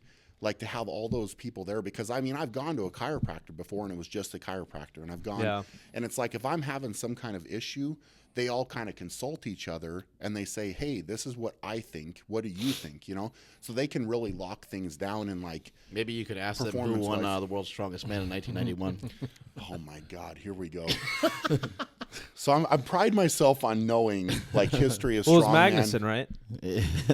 It was actually That's Magnus weird that I know Magnuson. and you Yeah. don't know. Yeah. Yeah, that's cool. Mike, awesome, dude. Grace. Really cool, bro. Never even done strongman, but Who won in 92? 91 91 was Magnus Farr. 92. This is a little bit harder. There's some no name. Oh, you Well, can't it call. it You can't can't be call. a no name He because won. he won. Yeah. No, I'm a no name. That's the sad truth. Actually, who won in 1987? You know that? No, Uh-oh. Man, Trick that questions are coming. Yeah. I know none of them. Okay. 87. There's no answer because No it one didn't won. happen. Didn't happen. Yeah. Oh, That's the only year it didn't happen. really? Yep. Since when did it start? 77. So that was the first World's Strongest Man competition. Yep. When did strongman as a kind of sport start? I mean, I know they had like odd lifts, right? Was that kind of where it started? It probably kind of started Wasn't at Kazmaier, wouldn't you kind of say that? I would. Well, it became more like 77 was more of a TV show where they just brought in like wrestlers Yeah. and Olympic lifters and football players. God, and that was fun to watch. Oh, I dude, love watching yeah. those. I've never seen that. That Oh, sounds they're fucking awesome. They're fucking entertaining as Yeah. hell. Some You of the never seen them events at all? are. Some of the What? events. No, are- You ever not, seen I get that? excited not just like thinking about that it. year. I don't Yeah. think or nothing. Oh, it's crazy. But yeah. wasn't it odd lifts that kind of created it, right? Yeah, There was well, like the a strict other- press and then a curl. Well, I mean, they did crazy stuff, man. They threw a tire and they Yeah, did yeah. like crazy off the wall kind of. Like just challenge your They buddy had a in lot the of backyard. bad ideas. Yeah. yeah. Yeah, they. I mean, it's just one of those things where it's evolved a lot since then. But What are you saying? They were like thinking about letting a car go down a hill, like Yeah. in neutral, And you and try the to guy had catch to it? stop it. Yeah. Just You think you catch could do it. that? Catch Stop. like a No, little no. Geo Metro? No, that would not work. Like, here we go. This is. Oh yeah, that shit's. Yeah, tug of war. Have you ever done tug of war Might as have a to real turn it event? down. Yeah, we've done. I mean, we've done it. Yeah, yeah. And have you done some sumo wrestling before? I have. I'm actually undefeated at sumo wrestling. Those guys I'm fuck 2-0. Do you think I could beat you? No. What if I'm fast and I like dodge you and you Nope, run no over? chance. No That'll chance. work. Did you have the wonderful opportunity wearing the little diaper deal? I did. They strapped me into a diaper, and this happened to be also in Ukraine. Oh, at that so you same shit your contest. diaper. Oh yeah, yeah. So it held Luckily- everything in. Luckily, I think the diaper was before I got the stomach problem. You know, a Thank diaper goodness. that's that Yeah. thick like that could possibly hold everything in. I know. It was very. That could have came in handy if you had that at the airport. Yeah, It was did you very keep that? supportive. Did you It was keep very- that thing, or- No, they kept it. It was very supportive. We wanted to sell it. We wanted to put a slingshot logo on it. Yeah, sell it. yeah. Slingshot diapers. Here we go. Yep. Yeah, yeah. It's evolved a lot, man. I would say, but see, the problem with like 70. Look at these guys. 78, yeah. Bruce that? Wilhelm in a fucking singlet. He looks Yeah. awesome. That guy looked like he's never touched a weight in his life. and he's so strong. Yeah, they were. It was all Americans though, right? Yeah, so yeah. they called it the world's strongest man, but it's like, yeah. it's just one of those things where it didn't really become more international until probably like when Kaz was doing 80, 81, Yeah. 82, and then 83 is actually the first year that they took it out of the United States. So Any idea of how these guys got treated in terms of like flight being taken care of and payment and anything like that? I have no idea. With haven't really like heard like anything? way old school. Yeah. I would assume that they probably took care of it because They're on TV, right? Yeah, because they. It they had seems them the out there. vibe that I get from watching these with like all the ladies they have around. It looks like those guys had a good time. Yeah. Looks like they were taken care of in more ways than one. Yeah. Yeah, I'm sure. I remember man. Don Yeah. Reinhardt's like squatting all those girls. Yes. And he's like, hey, he's all happy after. He's like such a happy guy. Sure. He's like all happy afterwards, and they're interviewing him. He's He like, seemed- hey, he he's seemed like, like I a won nice that event. dude. Do I get Yeah. to keep those ladies? Right? Yeah. They're like, no, sorry, big guy. He's like, oh man, I've only heard good things about him, to be fair. He was a crazy he was an good ass kicker, man. Yeah, crazy good powerlifter Yeah. too. yeah, insane. Yeah, he's Multiple time world record holder in Great powerlifting. fashion sense and singlets. Right. Oh yeah, Yeah. You ever wore a singlet like that? No. I mean, maybe you got to show off. Here's the some thing: thigh. is people would be talking about that if I walked out there to compete, Yeah. and my ass cheeks are hanging out. That'll you know? get some views. That'll get some likes. Right? Yeah. Yeah, you get a little jiggle going, or when you're doing like the truck pull. Yeah. You know, you're doing the truck pull. It's just going to creep up. Yeah, Oh, yeah. It's a man. wedgie Yeah, it's going pull. to creep up into no man's Yeah. land. I can see that being popular on Instagram. Yeah, yeah. For probably the wrong reasons. all but the yeah, wrong yeah. Get some man crushing requests. That was Silent Mike, by the way. I already get enough that of those. Mike, message. stop, Have you heard about man crushing? Yeah, stop emailing. Yeah. me. There's, Oh, what were we talking about? No, What's the it's one with the different than truck? Crushing. It's like man squashing. crushing. It's man s- squashing. Man Squash, squashing. yes. Where you get driven over by a truck. Have you heard that? Across your abs. It's, we were talking more about Yes. being crushed like another. Yeah, yeah. Hugs Yeah. and naked. Hugs, yeah. That sounds Not- fine. They have the truck thing though. Yeah. Like circus strongman stuff. You know. Yeah. Like, yeah. Oh, he won $5,000. Have you ever been run over by a truck? I've never been run over by a truck. No. Yeah. $5,000 for a competition in the 70s is pretty good. yeah. Did he Yeah, get not that for bad. winning or was Yeah, it yeah. 10? 5. I think it said 5, and then the second place got 2. I mean, that's better Do you than guys powerlifting meets. win for winning events? If you come in first in an event, do you win anything? Nope. No, it's just by overall. Yes. Yeah. And then how much do you get paid to win, like say, like the Arnold? Arnold last year was 70. And That's so that's fucking gone awesome. Yeah. That's gone. That's pretty it's gone decent. up a lot. Yeah. That's so that really was, cool. and that's from what I've heard, that's going up even more. Nice. So that'll be. I mean, it's. And the what Arnold if you're pushed second that. or third? You get anything? Yeah, I think the Arnold there's a big difference between first and second. So Right. second place is 20 grand. First place last year was 70. World's Strongest Man is a little bit closer. So like first place for World's Strongest Man, which it's crazy that this is the only amount of money we get paid, but it's 45 grand to win Worlds, wow. which is there's a lot of things wrong with that for a Yeah. lot of reasons, but I know you're super passionate about it. What if yeah. Brian Shaw was in charge? Brian Shaw's the Sure. fucking president of all strongmen. What were some changes that you would Man. want to implement to So, help some of yeah, these guys out a little yeah. bit? Yeah, So- how so does the many sponsor not put up more money for that just to win? Well, the problem with that is like there's people getting paid, or else it wouldn't happen, right? So it just doesn't trickle down to the athletes, and the mentality I think for too long has been like that the athletes, we don't have a union, we don't have a representative, we don't have anything. Yeah. So it's kind of like, well, if these 30 guys don't want to come to World's Strongest Man, we'll just get the next 30 guys. to End up come. with Silent Mike Yeah. winning the World's Strongest Man. Yeah, right. Yeah, but it's just one of those things. I think that's the problem. Is like the athletes have value and they need to be valued, and I think that's the biggest change that I would make. Like, and I will try to make with strongman. Like, because my whole thing is when I came into the sport, like it's given me so much now that I want to leave it better for the next generation. Like if I can, right? Like, and that's a big. Yeah, you told me it's that a on the big phone, thing. and I thought Yeah. that was pretty profound. I was like, Yeah. that's pretty fucking cool. Yeah, I really want to try to do that because there's so much that can be done. And I, like being through it and like seeing how everything is done, like I know that it can be done better. Yeah. So it's just getting that point. But unfortunately, like that's probably going to have to be like a little bit longer term goal after I'm kind of winding down with competing. But it's going to happen. I'm going to make it happen. There's Like, some I'm kind gonna of find a way, but obvious interest, right? It's been on TV forever. Yeah. CrossFit, although a different animal, is somewhere similar, and that's Sure. doing pretty well in TV and in Sure. gyms and in people's Yeah. lives. And MMA and CrossFit are both areas where people talk about the fact that the athletes have no representation. Sure. There's no Yeah. union. There's Sure. so the protections really aren't there, and the money is not what it might be. Sure. Except MMA does okay. The top guys do okay, but Sure. like there are plenty of rank and file guys who don't make much of anything at all. Well, and that's the problem. Like some guys are getting paid a ton, and other guys are getting paid peanuts. Right. So it's kind of like it's just like kind of having more respect for the athletes and like getting in there and making it happen and making the changes because it's something where hopefully when I like get to that point. Was he lifting a fucking refrigerator? Refrigerator, yeah. That's With great. handles Yeah. on it. Yeah. So, I mean, hopefully when I get to that point, it's not like, I don't want it for me. It's not going to be about the money. It's going to be about giving back to the athletes. And it's not really like, when I try to do it, I'm not going to try to do it to get rich off of, the sport. And I think that's really what we need. That's what we What need do you is think? somebody that's What not trying do you to think make is money. That like makes sense, it would be the main goal, just to raise the purse money, or would it be to try to get strongman guys paid to kind of go on a circuit the way that they do with Highland Games? Like my understanding of Highland Games from Matt Vincent is that they make a little bit of, I don't know how much money, but they make some money even just to compete, and they make more money to win. Sure. Yeah, Would, they get would that, comps- would that comps, kind of be trips. like the setup? Yeah. Maybe you're just getting something. You're getting, Yeah. the trip is maybe comped, and you get $500 or $200 Sure. a day or something. Well, see what's bad and like a lot of the new, like I have a good perspective, and it's something that I'm really happy I got into the sport when I did because I kind of got in on the back end of when like there was a big split between World's Strongest Man and IFSA, and a lot of people don't even remember this now. But after 2004, a lot of the top guys, or most of the top guys except Marius, left World's Strongest Man and signed with IFSA. They signed big contracts, were being paid by IFSA just to So be somebody's part coming of in IFSA. with some money. Yeah, and I came in on the back end of that, and it made strongman more competitive. So like if you went to one contest, like they were trying to beat the other contest and like that kind of thing.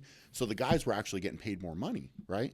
So like the first Super Series that I did in this would have been 2007. I got paid my flight, hotel, food, everything was covered, everything was taken care of, and I got $500 just for showing up, walking in the door. And that doesn't happen.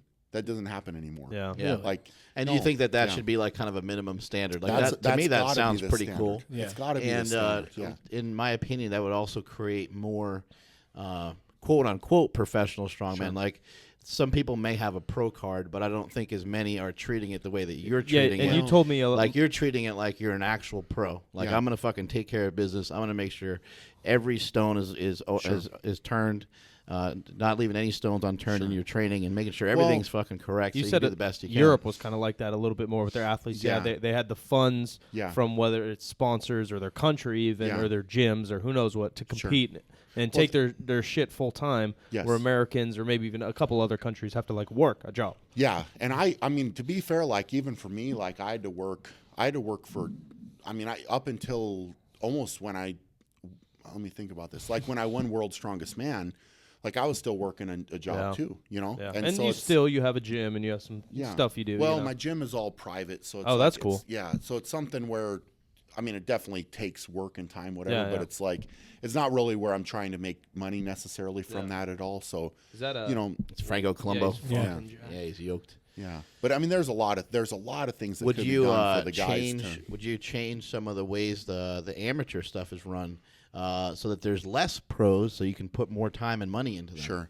Well, I think Make the that's standards maybe a little harder. I think the amateurs, like in the United States, there's you know, a fairly good system in place, you know, and there's been a lot done with that, but it's something where once you turn quote unquote pro, right?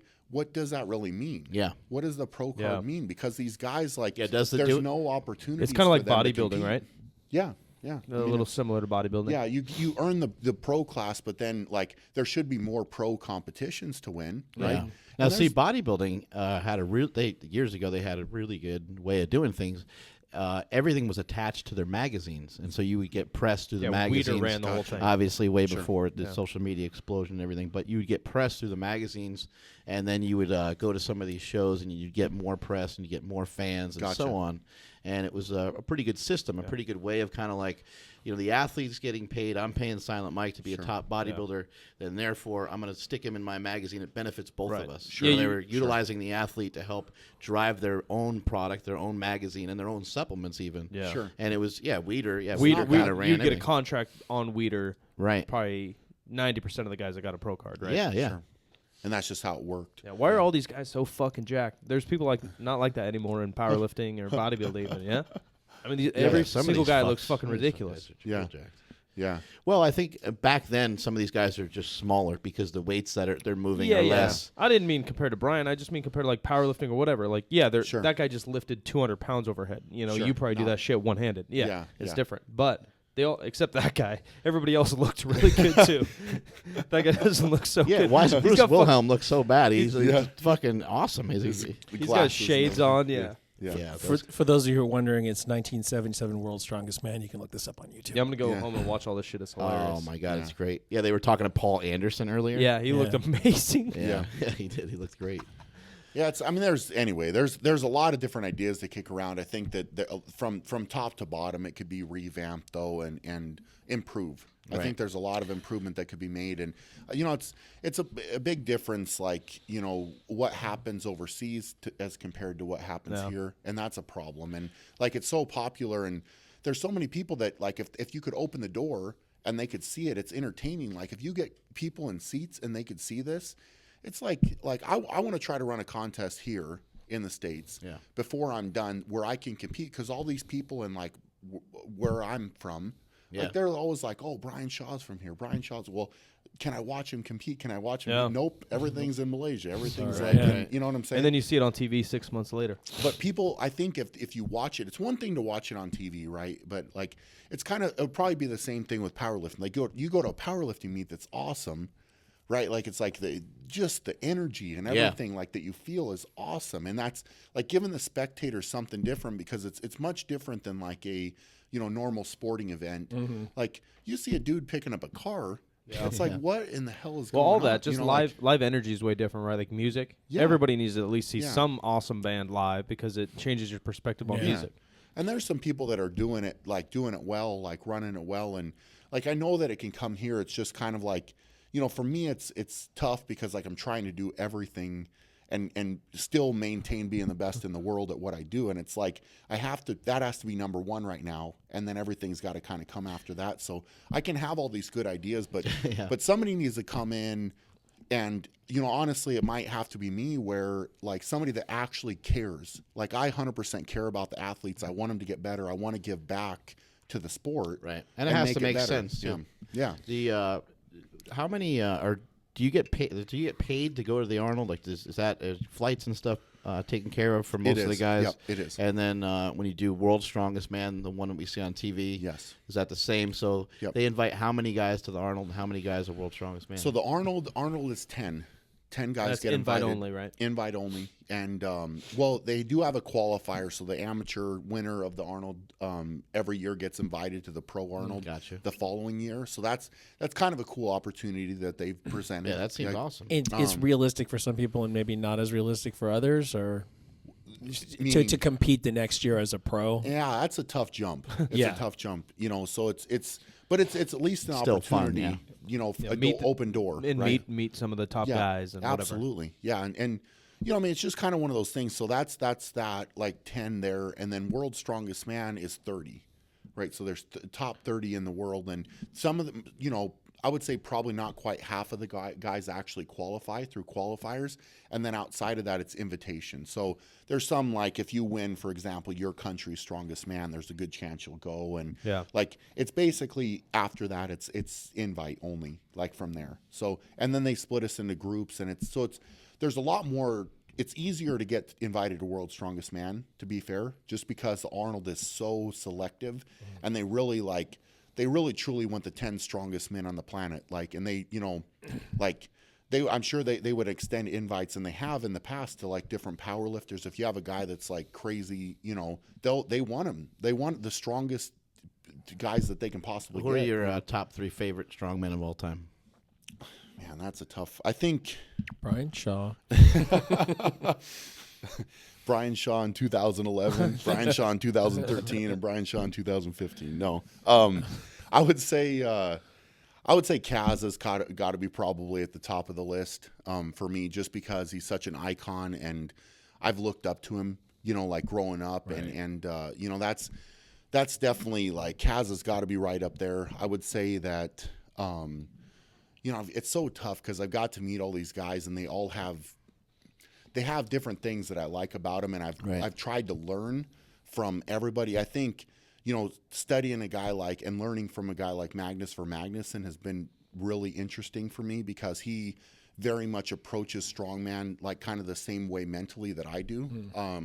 And that's been cool. So, I mean, I definitely look up to him. What do you mean by that? Like, he just hits his training from all angles, make sure he's recovered, he's eating, and all that stuff. I don't know so much about all the recovery and what he did for that, but it was more his approach to the events. So technically speaking, figuring out the best way to do something and how to do it the most efficient way. Yeah. So I think Magnus Ver was definitely that way. I would say. A guy like I actually learned a lot from a guy like Mariusz Pudzianowski, right? I got to compete with him right when I was coming into the sport, and his passion and fire, and how detailed he was and how hard he worked. There's I told you this story about him. I went to one of my first qualifiers, the World's Strongest Man, and this dude, we were competing in this kind of arena. It was a cool setup, and he was down there doing the actual events earlier the same day we were competing. Yeah, just to and we were grease the competing groove. at night. Yeah, and he's doing the full weights, the same weights we're going to compete with. And then he came out and dominated. Right, it was just insane. The amount of work that he would do. That was probably normal for him, how much he trained. Yeah, and you said something like he kept practicing the same thing over and over again. He was getting frustrated. Sure. He couldn't do it. Sure. And then he went, and when he actually competed, he kicked everybody's ass. Yeah, yeah. That's I mean, awesome. it's I don't know. Top 3 is a tough question, but I've learned, and then obviously I've studied Zadrunas too. He's my main rival, but at the same time, I've studied him too, and longevity. How does he train? I've asked him certain questions too, and he's asked me questions. It's kind of fun. The top 2 You guys guys get along? That's a good. I don't know. I wouldn't go as far as to say we like get along. Like I think we have mutual respect for each other, and like he pushes me, I push him, right? And like we both want to win. We don't want to. You guys ever get into it at all on anything? We've gone back and forth a little bit. Yeah. You know, certain events, like he's kind of said something that, you know, kind of fired me up, and I'll let him know about it. You know, and you know, he kind of like we had a squat in World's Strongest Man in 2014, and he tried to call me out about something on the squat, like I was squatting high, and I was like, we got measured the same. Plus the apparatus they use at Worlds is crap anyway, because if you get tired, you can do more of a good morning. Yeah. Because you can bounce it off of these stupid metal things. It's like It's like the worst setup you could possibly. It's not a ever do for powerlifting squat. Yeah. No, it's you can cheat and like. And he's like trying to call me out when he was bouncing the crap out of it off the ball. You know what I'm saying? And so like we had a few words, heated words about that, you know, but competitive spirit though, nothing too. No, it doesn't go further than that. And we can shake hands when we're done, and you know, so it's something where, you know, everybody is not necessarily going to like each other, you know, and you're not going to be best friends, but at the same time, like. I can shake his hand when we're done and say like, let's go, you know, or when we show up and I see him, like say, all right, man, like how you doing? What's up? Like that kind of thing. Yeah. And then we compete. Like, but it's that fire, man. Like you got to have that fire and compete. And like, it's not, you know, I've said some things in the past about Zydrunas where, you know, people take it this way and I'm being disrespectful, whatever. Like, here's the thing is this dude has had longevity. He's strong and he's made me better. Right. Like, and if I didn't have him to compete against, strongman wouldn't probably have been as fun for me. Right. You know, like and he would probably say the same thing about me, because the thing is he would have been walking over everybody if I wasn't here. Right. Yeah. You guys have been so competitive all the way to the point where you tied in one of the Strongest Man competitions. Yeah. First tie ever. First tie ever, 2010, man. It's just and that's a sandbag load. Is this still the only time it's ever happened? It's the only time it's ever happened. It went to a count back, and I think it's like one of the it's terrible. It's a terrible way. Like they didn't have it in the rules how to decide that. Like so, in my mind, really, like he got the win on a count back, which is pretty. It's a terrible way to end World's Strongest Man. So right now, I mean, if you look at that was actually a tie. Like he has 3, I have 3, and we have a tie, right? So like, I mean, and very easily, if that sandbag would have stayed on the platform in 2010, I would have 4 and he would have 3. And a lot of people forget about that, but that very moment, like I've taken that as a positive, right? And it's driven me so hard to like come back and win, like, and so it's just one of those things. Like I think having that rivalry is such a good thing. Like I used to thrive on it when we were playing basketball. I really liked having rivals and getting fired up, and like, you know, I'm gonna be. You know, I don't know when Zydrunas is going to hang it up and be done, but like personally, I'll actually be kind of sad when he's done. Because like I like having that guy, and it wouldn't like winning is if he's at his best and I'm at my best, and you really get to battle it out. There's almost nothing better than that, right? Like I want that, man. I don't want him to be banged up. I don't want him to like have anything wrong. Or, There's nothing fun about a meaningless victory. No, and I probably like to be fair. If Zydrunas wasn't there, I mean, I probably would have won from 2010 until I don't know. You know what I'm saying? Like but that's the same thing you could say about him. Might have gotten bored and moved on to something else. Yeah. If I wasn't around, might have went back to basketball. Yeah, he probably would have won every year too. You know what I'm saying? Who has the most Arnolds?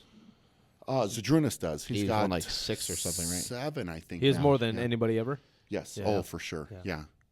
He's dominated the Arnold, but he's such a powerful. Yeah. Like it's different. All those years where he was away from World's Strongest Man because he signed with IFSA. He was going to the Arnold still. Right. So he was winning the Arnold every year, and then he would go. He actually won 2 IFSA World Championships as well. Right. But those don't count. And so everybody talks about Pujanowski with 5 titles in World's Strongest Man.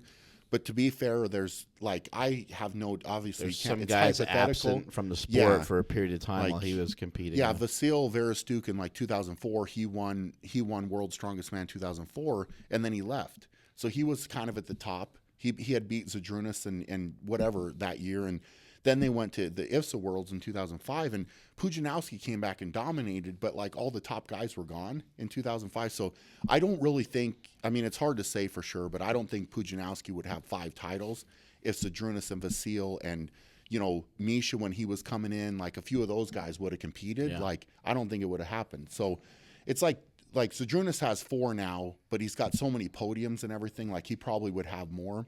Like, and it's just something where, I mean, that was his choice back then. How many championships do you think you can get? Gosh, man, I'd be lying. You got to have a number in your head. I would be lying if 6 wasn't the number. Okay, like, there you go. But it's you know, just because I, you know, somewhere in the back of my head, like That's I what you're be the working best. towards. Yeah.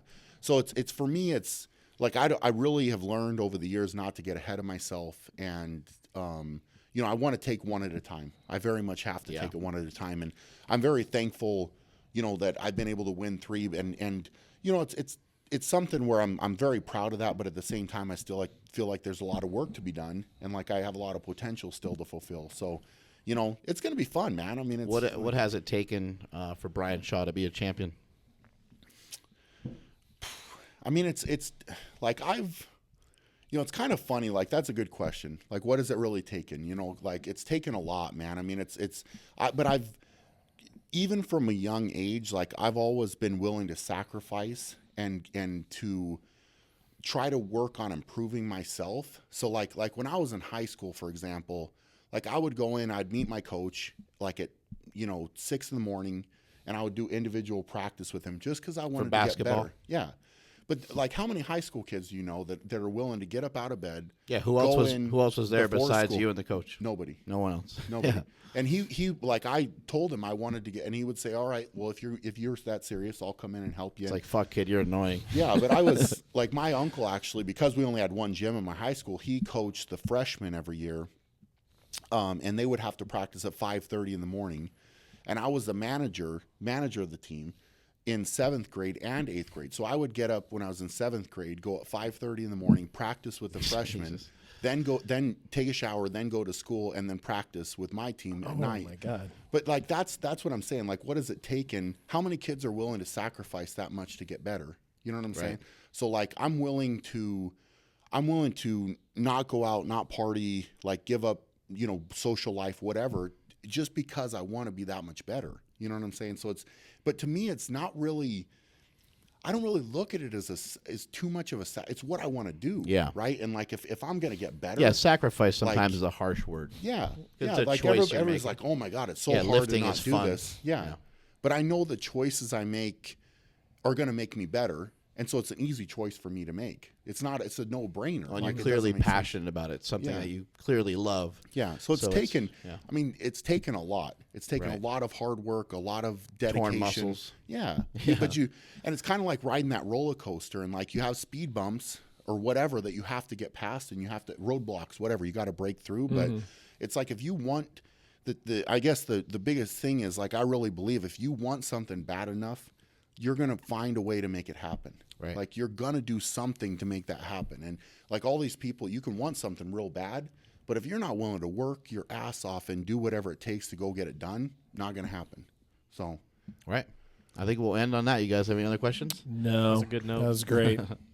awesome, guys. Welcome Thanks for having to me. Team Slingshot, Brian Shaw, world's strongest Heck man. yeah, I'm excited Soon about to it. be, hopefully, 4-time world's strongest man. Hopefully, another Arnold Classic victory. We'll all be at the Arnold together. You can come see us at the Slingshot Or booth. the hot tub. You can watch watch Brian Shaw on the main stage kicking some ass. Absolutely. Where can people find you?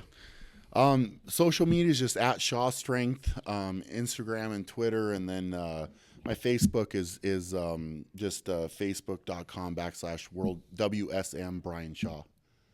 Cool. Website, Shaw Strength. Website is shawstrength.com. Thanks, There you go. man. Yeah. Yeah, what do you have for sale on there?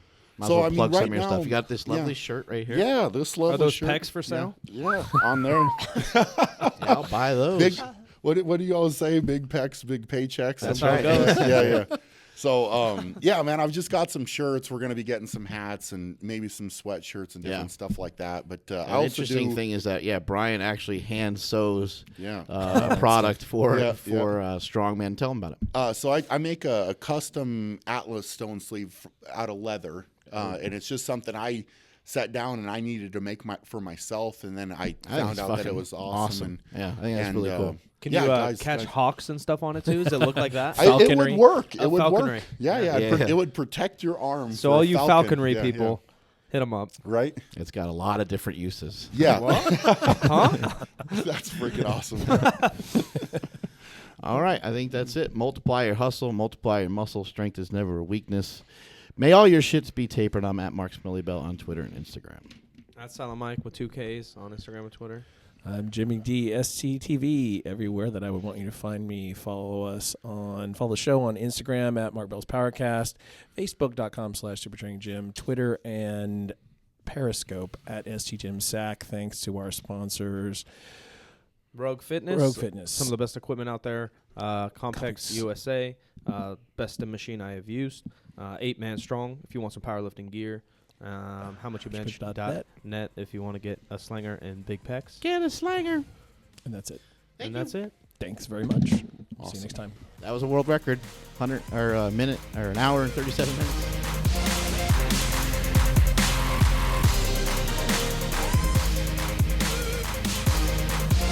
Mark Bell's PowerCast is a production of Super Training